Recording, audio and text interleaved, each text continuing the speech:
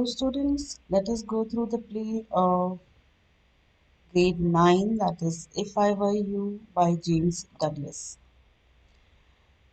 In this play we are going to explore the ways how we need to respond to the questions, the CBSE oriented questions. It is not restating of the story or the plot or what you know about the play. Let us first explore about the technique that we are going to use so that as we pick the questions we would know how to evaluate and restate and rewrite the answers. The technique that we are going to use is the literary technique of PEE. PEE technique is a literature analysis technique where P stands for pointing out. You can point out any quality or any aspect of the play or the prose that you're commenting on which you're commenting. Once you point out, you need to cite certain textual evidence or citations from the text, the original text, and that is to be written in single quotes within your answer. And then you need to explain with the expression like it is evident from the text that it is evident that this is how an answer is written. For example, if you were to say James Douglas in his play If I Were You employs irony to engage the reader, the text, who may explore the irony and delve deeper into the underlying literary aspect of the play. Then I brought this explanation. It is evidence. It is cited that Gerard appeared composed to hide his fear. See, I've used textual reference from the text. I've used a textual evidence reference from the text in single quotes. And then again, another word from the text in single quotes. Again, another word from the text audience from the single text from using single quotes. And then I've completed the sentence. Now the sentence is read as it is cited that Gerard appeared composed to hide his fear and used the word welcome and audience for the intruder. Now I'm commenting on explaining. It is evident that. It is evident that Gerard engaged the intruder using verbal irony. So this is how when if I'm using irony or you're commenting on a particular literary device, this is how I need to express my answer. If I'm re-narrating my the story or the theme, I will not score marks. Of course, the marks will not be awarded for that question. Now let us explore um, the play, the theme, the title. Let us begin with If I Were You. Now, If I Were You is a very appropriate title. It refers to the wishful thinking of the intruder who wants to. Now, if you want to write an answer, you may change the tense to wanted, who wanted to assume Gerard's identity.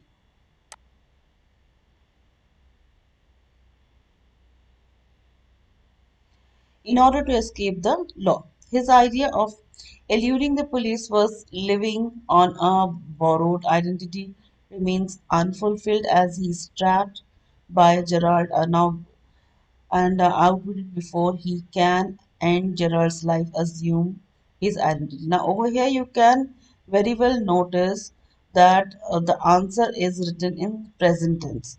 Now answers are usually written if you are commenting on it, it is to be written with a past tense. His attempt to impersonate Gerard comes to an end, or you can say came to an end and correcting it right before you so that you get an idea that you need to write the answer in past tense. Came to an end when Gerard turned the tables on him and captured him. The speculative if in I were you remains just that mere speculation. Now, if you were to read and evaluate, if you were to get the peer evaluated done, you see that it is a mix up of present and past tense where you need to evaluate it further and make sure the past it is all written in past tense. If you're commenting on the title, It is, you can say that it seems like a wish. The wish seemed to be unfulfilled right till the end. Um, Proceeding further, the title, another way to express the title is right before you. You can view full screen and read it. I have done one example, so you may get an idea of how the title is to be written. Student's expression can be I know from the title that it seems to be a wish to be someone else. Let us look at the setting. Again, it is to be written in the past tense. I'm not going to correct every expression, but I'm definitely going to point out that tense should be past tense. The setting of the play was a room in a cottage of the playwright. We use the word writer for it is a short story, but when it's a play, we use the word playwright for the writer. So playwright. Vincent Charles Gerard in his was in the wilds of Essex. The cottage was isolated and quite suitable as it was a writing retreat for a playwright who was working on something of a mystery man as he was not very social and never met the tradesmen.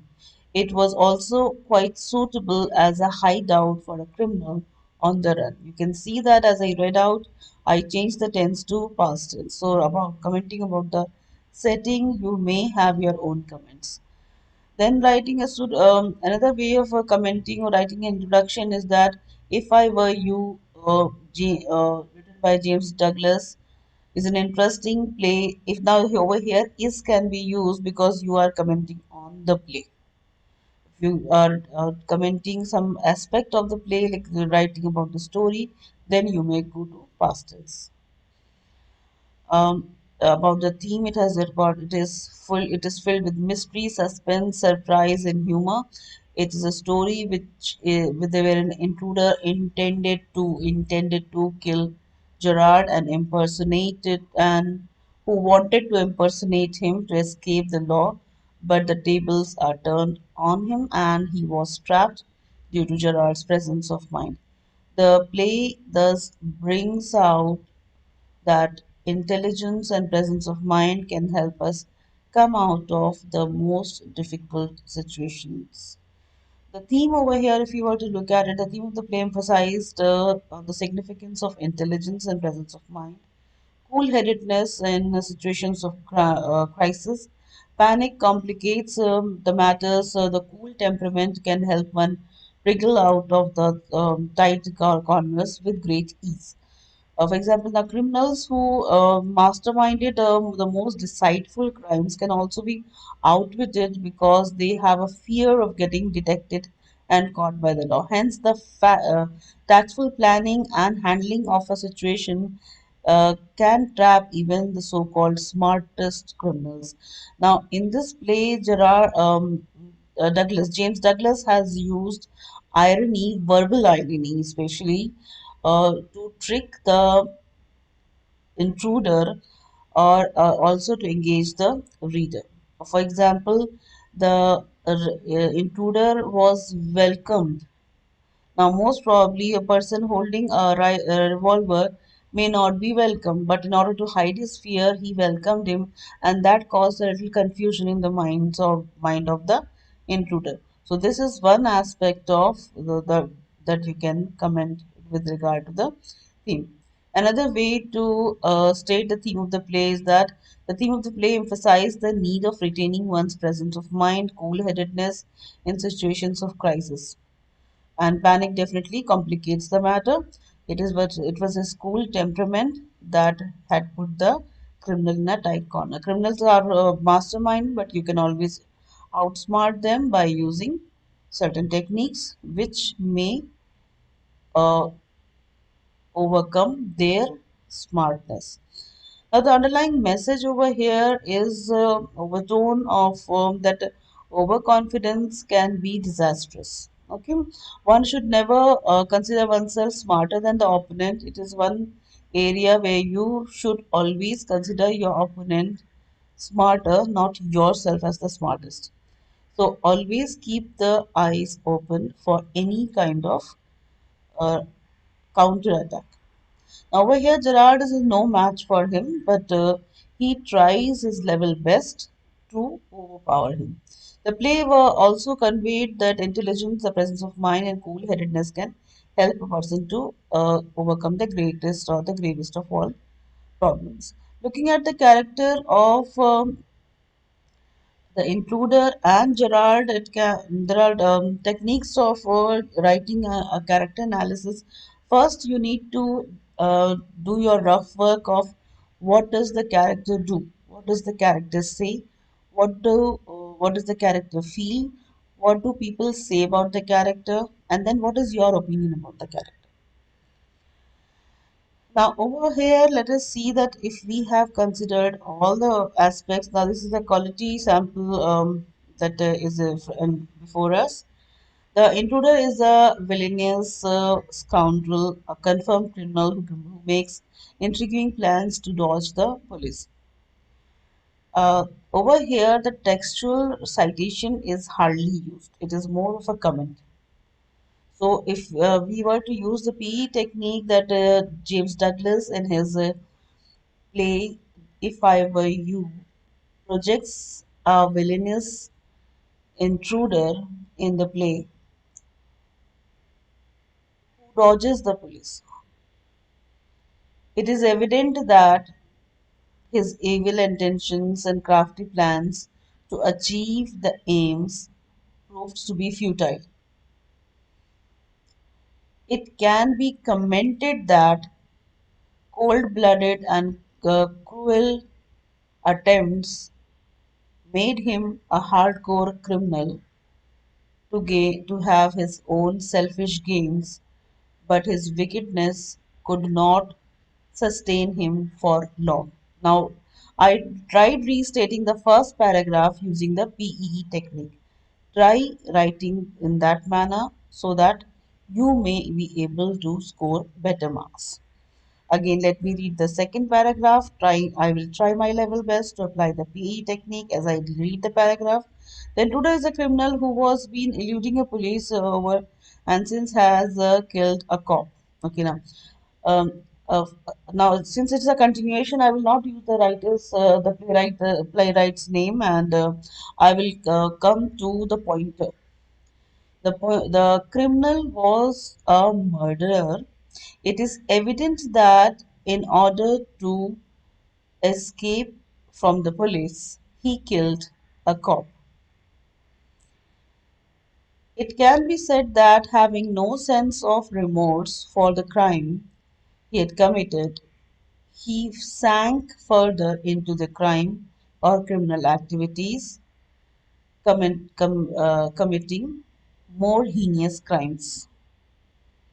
His overconfidence made him feel that he had made a brilliant plan of murdering Gerard and escaping the law by impersonating him. However, he was soon outwitted by Gerard and he unsuspectingly walked into the latter's trap. It can also be added that his tall claims about his intelligence proved to be hollow, and this heartless and hard-headed criminal met a befitting end. I have used PE technique while rewriting the answer that is on the screen. I hope the students will also be able to comment in the same manner. Now, we'll try doing the same for the character of Gerard. James Douglas, in his play If I Were You, portrayed the protagonist Gerard. Now, for a hero in literature, we use the word protagonist, and for the villain, we use the word antagonist. So, we'll use the word protagonist for him. James Douglas, in his play If I Were You, portrays the uh, protagonist Gerard, who was a man of many virtues. He was, it is evident from the text that he was endowed with brilliant wit, a sharp mind, and smart thinking and sense of humor. You need to cite certain references that, for example, when he saw the criminal, He remained composed and he welcomed him. That had put the criminal in a tight corner. How could a person be not be fearful? And he had welcomed him. All these qualities combined with the cool temperament enabled him to past tense enabled him to handle even a life-threatening situation very successfully and easily. It can further be cited that Gerard was associated with the theatre. He wrote acts, provided props for plays. He was a refined and a cultured man who kept his cool even in the most difficult situations. The sight of an intruder uh, doesn't ruffle him, and he talked to him very courteously and pleasantly.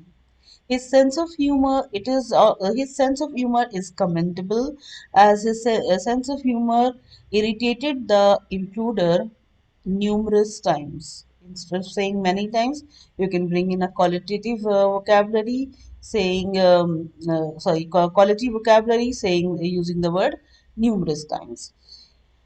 It can further be cited that um, that he tried acting funny. He kept his presence of mind and laid a trap for the intruder. Everything came so naturally and spontaneously to him that the intruder walked into his trap unsuspectingly.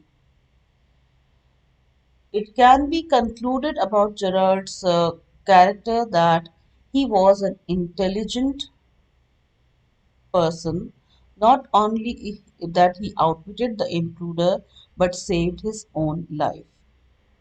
And he helped the police in nabbing the wanted criminal. In fact, Gerard, with his unagitated and composed mind, stands as a foil to the cruel and villainous intruder.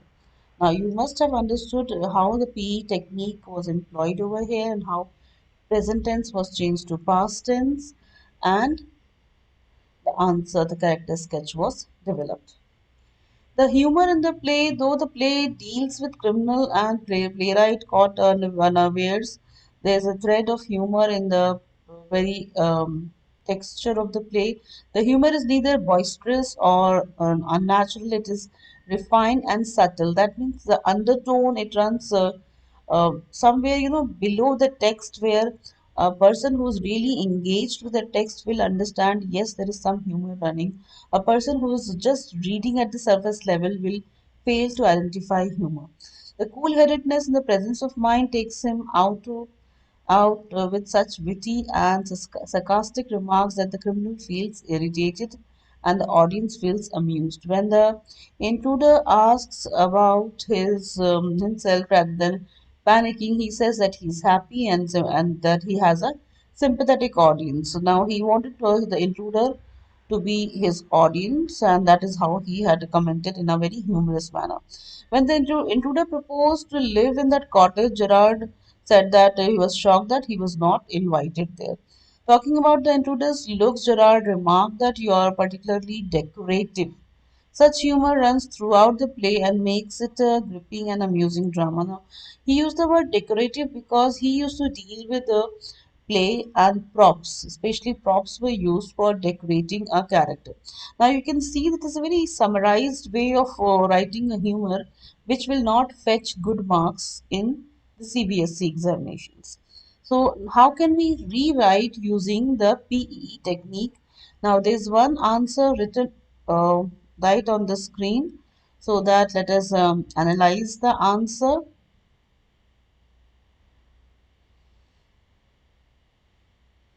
If I were you, James Douglas in his play brings out the humor,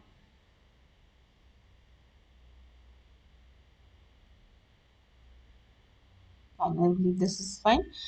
James Douglas in his play, If I Were You, brings out the humor in an exquisite, uh, or you can say beautiful manner. Exquisite or beautiful manner. It is evident that the undertone was a serious note where a criminal had a revolver and the playwright was threatened by him. Yet there is a thread of humor that runs throughout the play. You can see that the sentence is longer, but it begins with, "It is evident."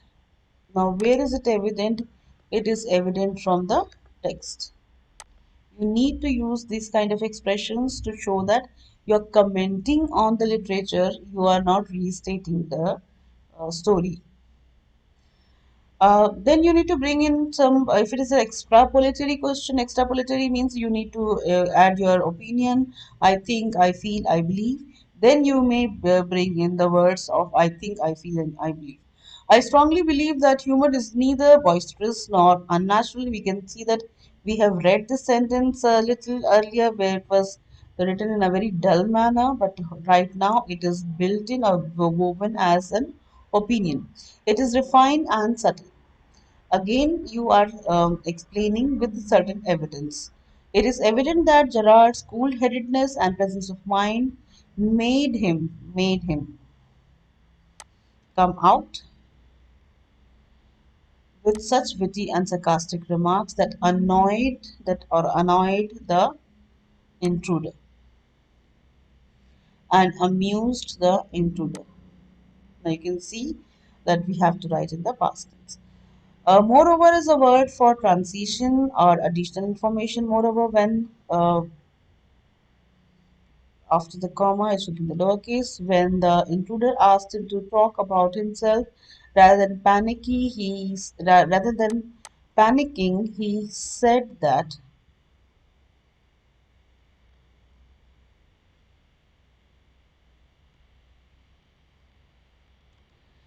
he was happy. Now you can see how the tenses were changed. You may pick references from different places and weave your own answer. Rather than panicking, he said that he was happy to have a sympathetic audience. The intruder said he to live,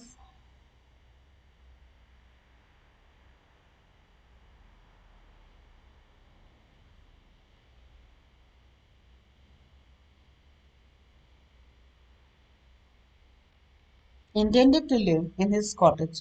Gerard, rather than being shocked, said, "You have not been invited." You can see that this is a citation from the text. The actual words are used, but woven into my own words. Now, one aspect of humor can be cited from Gerard's remarks that he commented on the intruder's looks. Gerard remarked, "You are not particularly decorative." There's an error over here. Again, you can see that the full stop should be inside the inverted commas and not outside. Now, these are certain common errors. Kindly avoid that. I feel, again, a comment, extrapolatory comment. I feel that humor runs throughout the play and makes it not just a gripping drama but an interesting one. I hope that you have understood the PE technique, how answers are written as per the CBSE norms in a literary analytic manner. Let us proceed. What do we have further? We have a summary,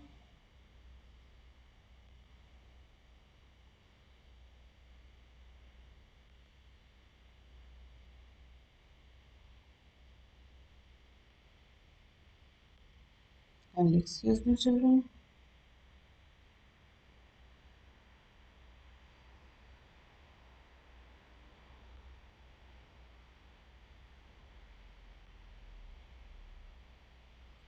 All right, Gerard is a typical English gentleman who is an actor and a playwright. He is well educated, fearless, and full of humor.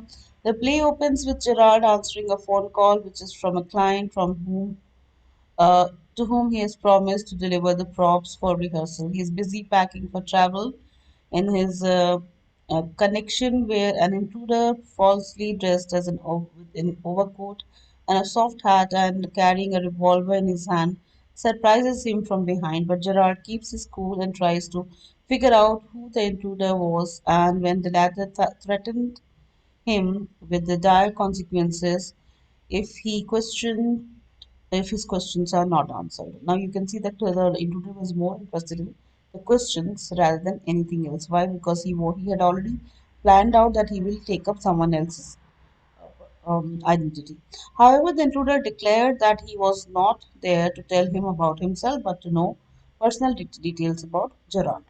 The intruder called or told Gerard that he was a robber who specialized in the theft of jewels and that he planned to use Gerard's house and a car for his schemes. The intruder then announced that he was going to kill Gerard and later assume his identity as there was a good resemblance between the two of them. In this way, he could evade the police and lead a peaceful life. The intruder further surprised Gerard by telling him that he had noticed that that Gerard's manners of speech has taken care to adopt a resemblance to him in his looks too. He needed to change his identity because the cops were searching for him, have, he having killed one of their colleagues. He also told Gerard how he has come to know about him by overhearing a conversation between two people. But it is Gerard who has the last laugh when he fooled the intruder into believing that he too is running from law and he is about to flee. He was completely befooled by the intruder. Befools the intruder by making him check for himself if everything is safe outside before he escaped. He made him peep into a dark cupboard, giving the impression that it led to the garage. The moment the intruder peeped in, Gerard pushed him into the cupboard, uh, knocking the revolver out of his hand while the intruder kept rattling the door and shouting, "Let me out of here." Gerard sets out to business very coolly. He answers a phone call, apologizing that he wouldn't be able to deliver stage props in time for rehearsal. At the same time, he requests the caller to send the sergeant to his place. All this while, he guards the cupboard with the intruder's revolver. Gerard is also amused by this by incident that he decided to use it as a plot for his next play. Now, this is one way of expression. There's another summary also for students. Can pause watch a widescreen, pause and read the second summary themselves. I will proceed to the question answers. And the question answers, if these are the 2 mark question answers, you need to immediately just cite the writer's name, title to the story, and play, and immediately go on to the point. Now, over here, the question is that briefly describe Gerard's appearance. James Douglas, in his play If I Were You, projects Gerard as a man of medium height and who wore horn rimmed glasses. When the play opened, he was dressed in a lounge suit and a greatcoat. He talked in a cultured voice and his demeanor was confident. You can see that I have used the playwright's name, the title, and then sketched Gerard, and then I have changed all these verbs to past tense. This is what is expected of the students. Now, who was the intruder in Gerard's house? Why did he to break into his house? James Douglas, in his play If I Were You, introduces the intruder who broke into Gerard's house was a criminal. He had murdered a cop and was being chased by the police. He broke into Gerard's house with the intention of murdering him and taking on his identity to evade the police. Next question: how did Gerard behave on seeing a gun trotting stranger in his cottage? James Douglas, in his play If I Were You, projects Gerard as a person who kept his cool and remained unruffled when he saw the gun trotting stranger in his cottage. There was neither any panic nor any ring of tension in his voice. He remained his formal self and talked to him casually. You can see that I have changed the entire beginning with the name of the playwright, the title, and then added that as an answer with past tense. Why did the intruder intend to kill Gerard? James Douglas, in his play If I Were You, portrays the intention of the intruder to kill Gerard by sketching that the intruder, who was a criminal, was being chased by a police and who, having murdered a cop, wanted to hide, and take up Gerard's identity so that he can evade being captured by the police. In this way, he could lead a peaceful life without even living in constant fear of arrest and punishment. Why does the intruder not kill Gerard immediately? James Douglas, in his play If I Were You, projects a situational irony where the intruder did not kill Gerard immediately because he first wanted to get all the necessary information from him. Without the information, his plan to take up Gerard's identity would not succeed. This proved to be a situational irony where he was befooled and captured. What impression do you form of the intruder as he comes in? Give examples to illustrate. James Douglas, in his play If I Were You, introduces the intruder as a similar inbuilt to Gerard, who entered from the right silently with a revolver in his hand. He was flashily dressed in an overcoat and a soft hat.